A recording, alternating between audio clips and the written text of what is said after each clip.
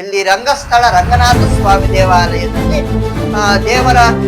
ದೇವರಿಗೆ ಉಪಯೋಗಿಸ್ತಕ್ಕಂಥ ಜಂಬು, ಅಭಿಷೇಕ ಮಾಡುವಂತಹ ಜಂಬುಗಳು, ಬೆಳ್ಳಿ, ಎಲ್ಲಾ ಬೆಳ್ಳಿ ವಸ್ತುಗಳು ಇವೆಲ್ಲವೂ ಸಹ ಕಳ್ಳತನ ಆಗಿದೆ.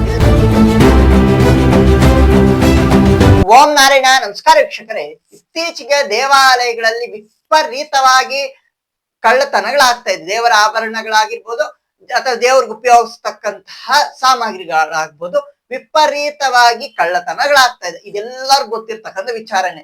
2 ತಿಂಗಳ ಹಿಂದೆ ಅಷ್ಟೇ ಅಯ್ಯಪ್ಪ ಸ್ವಾಮಿ ದೇವಾಲಯದಲ್ಲಿ 4 kg ಅಷ್ಟು ಬಂಗಾರ ಕಳ್ಳತನ ಆಗಿದೆ. ಅಂದ್ರೆ ಪ್ರಧಾನ ಪೂಜಾರಿನೇ ಕಳ್ಳತನ ಮಾಡಿದಾರ ಅನ್ಕೊಳ್ಳಿ. ಹಾಗೆ ಆಂಧ್ರ ಪ್ರದೇಶ ಕಾಶಿ ಬುಗ್ಗದಲ್ಲಿ ವೆಂಕಟೇಶ್ವರ ಸ್ವಾಮಿಯ ಒಂದು ಆಭರಣಗಳ ಕಳ್ಳತನ ಆಯ್ತು. ನಮ್ಮ ಕರ್ನಾಟಕದಲ್ಲಿ ಮೊನ್ನೆ ಅಷ್ಟೇ ಇಲ್ಲಿ ರಂಗಸ್ಥಳ ರಂಗನಾಥ ಸ್ವಾಮಿ ದೇವಾಲಯದಲ್ಲಿ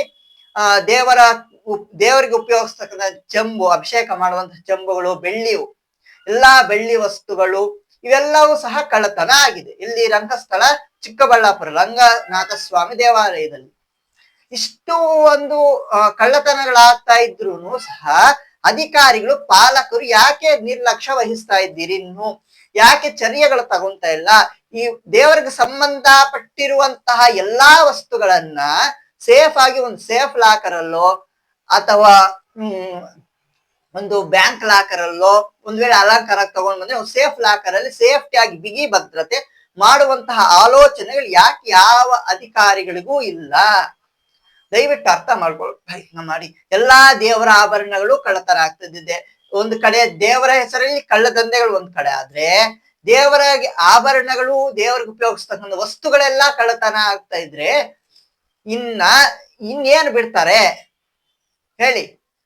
ಇಷ್ಟು ಕಳ್ಳತನಗಳಾಗ್ತಾ ಇದ್ರು ಅಧಿಕಾರಿಗಳು ಯಾಕೆ ನಿರ್ಲಕ್ಷ್ಯ ವಹಿಸ್ತಾ ಇದ್ದೀರ? ನಮ್ದಲ್ವಲ್ಲ, ಆಚೆವೇ ಅಲ್ವಾ, ದೇವ್ರವೇ ಅಲ್ವಾ ಅನ್ನೋ ನಿರ್ಲಕ್ಷಣ. ಅದೇ ನಮ್ಗಾದ್ರೆ, ನಮ್ಮ ಮನೆಯಲ್ಲಾದ್ರೆ 2 ಗ್ರಾಮ್ ಬಂಗಾರ ಎಷ್ಟು ಸೇಫ್ ಆಗಿ ಇಟ್ಕೊಂತೀವೋ, ಕಳ್ಳರು ಬಂದು ಕಳ್ಳತನ ಮಾಡ್ಬಾರ್ದು ಅಂತ ಎಷ್ಟು ಸೇಫ್ ಆಗಿ ಇಟ್ಕೊಂತೀವೋ, ಅದೇ ದೇವರವಲ್ವಾ, ಆಚೆವಲ್ವಾ, ನಮ್ಗೆ ಯಾಕೆ ಅನ್ನೋ ನಿರ್ಲಕ್ಷಣ. ದಯವಿಟ್ಟು ಅರ್ಥ ಮಾಡ್ಕೊಳಕ್ ಪ್ರಯತ್ನ ಮಾಡಿ. ದೇವರ ಆಭರಣಗಳನ್ನ ನಾವು ರಕ್ಷಿಸ್ಕೋಬೇಕು. ಪುರಾತನ ಕಟ್ಟಡಗಳನ್ನ ಹೊಡೆದಾಕ್ತಾ ಇದ್ದಾರೆ. ನಾವು ಏನು ರೋಡ್ ಮಾಡ್ಬೇಕು, ಅದ್ ಮಾಡ್ಬೇಕು, ಇನ್ನೊಂದ್ ಮಾಡ್ಬೇಕು ಅಂತ ವಿಪರೀತವಾಗಿ ಪುರಾತನ ರಾಜರ ಮಹಾರಾಜರ ಕಾಲದ ಪುರಾತನ ಕಟ್ಟಡಗಳು ಎಲ್ಲಾನು ಸಹ ಹೊಡೆದಾಕ್ತಾ ಇದ್ದಾರೆ. ತುಂಬಾ ಕಾಲಗಳಿಂದ ಬರ್ತಕ್ಕಂಥ ಕಟ್ಟಡಗಳು ಎಲ್ಲಾನು ಸಹ ಏನು ಎಲ್ಲಾ ಕಟ್ಟಡಗಳನ್ನು ಸಹ ಇವರು ತೆಗೆದಾಕ್ತಾ ಇದ್ದಾರೆ. ಹಾಗೆ ದೇವಾಲಯಗಳ ಒಂದು ಭೂಮಿಗಳನ್ನ, ಆಸ್ತಿಗಳನ್ನ ಅನ್ಯಾಯವಾಗಿ ಗೌರ್ಮೆಂಟ್ ತಗೊಂಡು ಲೀಸ್ ಕೊಡ್ತಾ ಇದೆ. ಇಷ್ಟ ಅಕ್ರಮಗಳು ಆಗ್ತಾ ಇದ್ರೂ ಸಹ ಯಾಕೆ ಅಧಿಕಾರಿಗಳು ಇನ್ನೂ ನಿರ್ಲಕ್ಷ್ಯ ವಹಿಸ್ತಾ ಇದ್ದೀರಿ?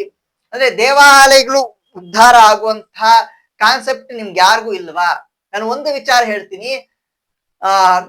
ದೇವಾಲಯಗಳು ರಕ್ಷಿಸಿಕೊಳ್ಳುವಂತಹ ಜವಾಬ್ದಾರಿ ನಮ್ಗೆಲ್ಲರದ್ದು. ದಯವಿಟ್ಟು ಆ ವಿಚಾರ ಜ್ಞಾಪಕ ಇಟ್ಕೊಳ್ಳಿ. ಹಿಂದೂ ಸನಾತನ ಧರ್ಮದಲ್ಲಿ 2 ಕಾನ್ಸೆಪ್ಟ್ ಇದೆ. ಒಂದು ದೇವಾಲಯಗಳು, ಎರಡನೇ ವಿಚಾರ ಗೋಮಾತೆಗಳು, ಹಸುಗಳು. ಈ 2 ಕಾನ್ಸೆಪ್ಟ್ ಮೇಲೇನೆ ಹಿಂದೂ ಧರ್ಮ ನಿಂತಿದೆ. ದಯವಿಟ್ಟು ಅರ್ಥ ಮಾಡ್ಕೊಳ್ಳೋಕೆ ಪ್ರಯತ್ನ ಮಾಡಿ. ದೇವಾಲಯಗಳಿಲ್ಲ ಅಂದ್ರು, ಗೋಮಾತೆಗಳಿಲ್ಲ ಅಂತಂದ್ರು ಹಿಂದೂ ಸನಾತನ ಧರ್ಮ ಇಲ್ಲದಾಗೆ. ಈ ವಿಚಾರ ಜ್ಞಾಪಕ ಇಟ್ಕೊಂಡ್ಬಿಡಿ. ಈ ವಿಚಾರ ಮೈಂಡ್ ಅಲ್ಲಿ ಫಿಕ್ಸ್ ಆಗೋಗ್ಬಿಡಿ. ದೇವಾಲಯಗಳೇ ಇಲ್ಲ ಅಂತಂದ್ರೆ ಹಿಂದೂ ಸನಾತನ ಧರ್ಮನೇ ಇಲ್ಲ. ಗೋಮಾತೆಗಳಿಲ್ಲ ಅಂದ್ರೆ ಹಿಂದೂ ಸನಾತನ ಧರ್ಮನೇ ಇಲ್ಲ. ಗೋಮಾತೆಗಳ ವಿಚಾರ ಹೇಳ್ತೀರಾ? ವಿಪರೀತವಾಗಿ ಕಳ್ಳ ಸಾಗಾಣಿಕೆ ಆಗ್ತಾ ಇದೆ. ಗೋಮಾತೆಗಳ ಕಳ್ಳ ಸಾಗಾಣಿಕೆ ವಿಪರೀತವಾಗಿ ಆಗ್ತಾ ಇದೆ. ಸಿಮೆಂಟ್ ಟ್ಯಾಂಕರ್ಗಳಂತೆ, ಲಾರಿಗಳು ವಿಪರೀತವಾಗಿ ಗೋಮಾತೆಗಳನ್ನ ಎಕ್ಸ್ಪೋರ್ಟ್ ಮಾಡ್ತಾ ಇದ್ದಾರೆ. ಇದಕ್ಕೆ ದೇವಾಲಯಗಳನ್ನ ರಕ್ಷಣೆ ಮಾಡ್ಕೊಳ್ತಕ್ಕಂಥ ಜವಾಬ್ದಾರಿ ನಮ್ಮೆಲ್ಲರದು. ದೇವಾಲಯಗಳನ್ನ ರಕ್ಷಣೆ ಮಾಡ್ಕೋಬೇಕು, ದೇವರ ಆಭರಣಗಳನ್ನ ರಕ್ಷಣೆ ಮಾಡ್ಕೋಬೇಕು. ವಿಪರೀತವಾಗಿ ಪುರಾತನ ಕಟ್ಟಡಗಳು ಎಲ್ಲಾನು ಅನ್ಯಾಯವಾಗಿ ತೆಗೆದಾಕ್ತಾ ಇದಾರೆ. ಅರ್ಥ ಆಗ್ತಾ ಇದೆ? ದಯವಿಟ್ಟು ದೇವಾಲಯಗಳನ್ನ ರಕ್ಷಣೆ ಮಾಡ್ಕೋಬೇಕು. ಇವಾಗಾದ್ರೂ ದೇವಾಲಯಗಳಿಲ್ಲ ಅಂದ್ರೆ ಹಿಂದೂ ಸನಾತನ ಧರ್ಮನೇ ಇಲ್ಲ. ಅರ್ಥ ಮಾಡ್ಕೊಳಕ್ ಪ್ರಯತ್ನ ಮಾಡಿ. ಒಳ್ಳೇದಾಗ್ಲಿ.